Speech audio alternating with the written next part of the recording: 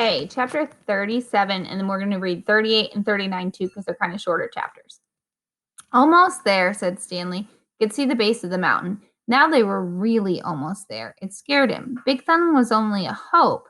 It was, if there was no water, no refuge, then they'd have nothing, not even hope. There was no exact place where the flat land stopped and the mountain began. The ground got steeper and steeper, and there was no doubt they were headed up to the mountain. Stanley could no longer see Big Thumb. The slope of the mountain was in the way. It became too steep to go straight up. Instead, they zigzagged back and forth, increasing their altitude in small increments every time they changed directions. Patches of weeds dotted the mountainside. They walked from one patch to another, using the weeds as footholds. As they got higher, the weeds got thicker. Many had thorns, and they were careful walking through them. Stanley would have liked to stop and rest, but he was afraid that they'd never get started again. As long as Zero could keep going, he could keep going. Besides, he knew they didn't have much daylight left. As the sky darkened, the bugs began to appear above the weed patches. A swarm of gnats hovered over them, attracted by their sweat. Neither Stanley nor Zero had the strength to try and swat them. "How you doing?" Zero asked. Zero pointed thumbs up. Then he said, "If the gnat lands on me, it will knock me over." Stanley gave him some more words. "Bugs," he spelled. Zero concentrated hard and said, "Boogs." Stanley laughed, a wide smile across Zero's sticky, weary face as well. "Bugs," he said. "Good," said Stanley. "Remember, short U if there's no E at the end." "Okay. Here's a hard one. What about Lunch?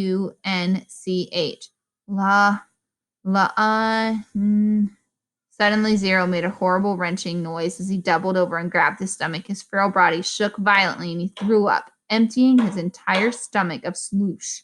He leaned over on his knees and took several deep breaths. He straightened up and continued going. The swarm of gnats stayed behind him, preferring the contents of Zero's stomach to the sweat on the boy's face. Stanley didn't give him any more words, thinking that maybe he needed his strength. But in 10 or 15 minutes later, Zero said, "Lunch." As they climbed higher, the patches of weeds grew thicker, and they were careful not to get their feet tangled in thorny vines. Stanley realized something. There hadn't been weeds on the lake. "Weeds and bugs," he said. "There's got to be water around here somewhere. We must be getting close." The wide, clown-like smile spread across Zero's face. He flashed a thumbs-up sign, then fell. He didn't get up. Stanley bent over. "Come on, Zero," he urged. "We're getting close. Come on, Hector. Weeds and bugs. Weeds and boogs." Stanley shook him. "I've already ordered your hot fudge sundae," he said. "They're making it right now." Zero said nothing. Chapter 38. Stanley took a hold of Zero's forearms and pulled him upright. He stooped down and let Zero fall over his right shoulder. He stood up, lifting Zero's worn-out body off the ground. He left the shovel and sack behind him as he continued up the mountain. Zero's legs dangled in front of him. Stanley couldn't see his feet, which made it difficult to walk through the tangled patches of weeds and vines. He concentrated one step at a time, carefully raising and settling down each foot. Thought about each step, not the impossible task that laid before him. Higher and higher he climbed. His strength came from somewhere deep inside of him and also seemed to be somewhere outside of him as well. After focusing on Big Thumb for so long, as if the rock absorbed his energy and now acted like a giant magnet pulling him forward.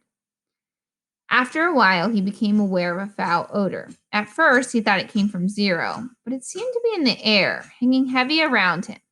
He also noticed the ground wasn't steep anymore. The ground had flattened. A huge stone precipice rose up ahead of him, just barely visible in the moonlight. It seemed to be bigger with each step he took. It no longer resembled a thumb, and he knew he'd never be able to climb it. Around him, the smell became stronger, the bitter smell of despair. Even if he could climb up Big Thumb, he knew he would never find water. How could there ever be water on top of a giant rock? The weeds and bugs survived only occasional rainfall, which was one that he had seen from camp. Still, he continued towards it. Nothing else, he wanted to reach the thumb. He never made it. His feet slipped out from underneath him. Zero's head knocked against the back of his shoulder as he fell and tumbled into a small, muddy gully. As he lay face down in the muddy ditch, he didn't even know if he would ever get up again. He didn't know if he'd try. Had he come all this way just to, you need water to make mud? Crawled along the gully in the direction that seemed the muddiest. The ground became gloopier. The mud splashed up and splashed from the ground. Both hands he dug a hole in the soggy soil. It was too dark to see, but he thought maybe he could feel a tiny pool of water at the bottom of the hole. He stuck his head in the hole and licked the dirt. He dug deeper, and as he did so, more water seemed to fill up the hole. He couldn't see it, but he could feel it. First with his fingers, then his tongue. He dug until the hole was about as deep as his arm was long, and there was enough water for him to scoop up in his hands and drop on Zero's face. Zero's eyes remained closed, but his tongue poked out between his lips, searching for the droplets. Stanley dragged Zero closer to the hole. He dug. Then he scooped up some water and let it pour out of his hands into Zero's mouth. As he continued to widen the hole, his hands came across a smooth, round object. It was so smooth and so round, too smooth and too round to be a rock. He wiped the dirt off of it and realized it was an onion. He bit it without peeling. The hot, bitter juice burst into his mouth. He could feel it all the way up to his eyes, and when he swallowed, he felt the warmth down his throat and into his belly. He only ate half of it and gave the other half to Zero. Here, eat this. What is it? Zero whispered. A hot fudge sundae. Stanley awoke in the meadow, looking up at the giant rock tower. It was layered and streaked with different shades of red, burnt orange, brown, and tan. It must have been over 100 feet tall. Stanley laid a while just looking at it. He didn't have the strength to get up. It felt like the insides of his mouth and throat were covered in sand. And no wonder. When he rolled over and saw the water hole, it was about 2.5 feet deep and over 3 feet wide. At the bottom lay no more than 2 inches of brown water. His hands and fingers were sore from digging, especially underneath his fingernails. He scooped some dirty water into his mouth and slished it around, trying to filter it with his teeth. Zero moaned. Stanley started to say something to him, but no words came out of his mouth. He had to try again. How you doing? It hurt to talk. Not good, Zero said quietly. In a great effort, he rolled over and raised to his knees, and then crawled to the water hole. He lowered his head into and lapped up some water. Then he jerked back up, clutched his knees to his chest, and rolled to his side. His body shook violently. Stanley thought about going back to the mountain to look for a shovel so that he could make the water hole deeper. Maybe it would give him cleaner water. They could use the jars as drinking glasses. But he didn't think he had the strength to go down, let alone make it back up, and he didn't know where to look. He struggled to his feet. It was a field of greenish-white flowers that seemed to extend over the big thumb. He took a deep breath, then walked the last 50 yards to the great precipice and touched it. Tag, you're it. Then he walked back to Zero in the water hole. On the way back, he picked a flower that actually wasn't one big flower, he discovered. Instead, each flower was really a cluster of little flowers that formed the small ball. He brought it to his mouth, but had to spit it out. He could see part of the trail he had made the night before when he carried Zero up the mountain. If he was going to head back down for the shovel, he realized he should do it soon, while the trail was still fresh. But he didn't want to leave Zero. He was afraid Zero might die while he was gone. Zero was laying doubled over on his side. I gotta tell you something, he said with a groan. Don't talk, Zero said. Save your sake.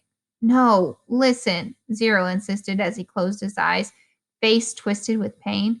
I'm listening, Zero whispered.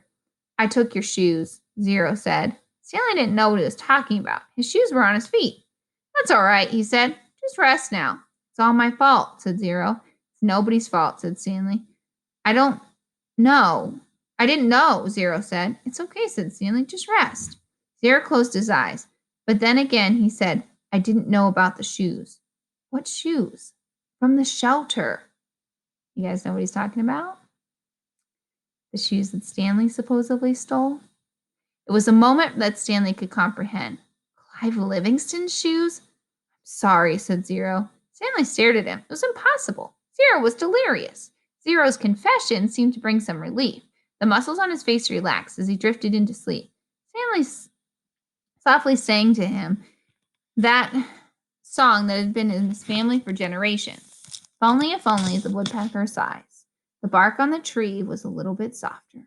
While the wolf waits below, hungry and lonely, he cries to the moon, if only. Stanley found an onion the night before. He didn't question how it had come to get there. He ate it gratefully. But now, as he sat gazing at Big Thumb and the meadow full of flowers, he couldn't help but to wonder about it. There was one wild mushroom there. There could be more. Sorry. I'm supposed to stop here. Otherwise, the video will get too long. We'll finish this in the next story.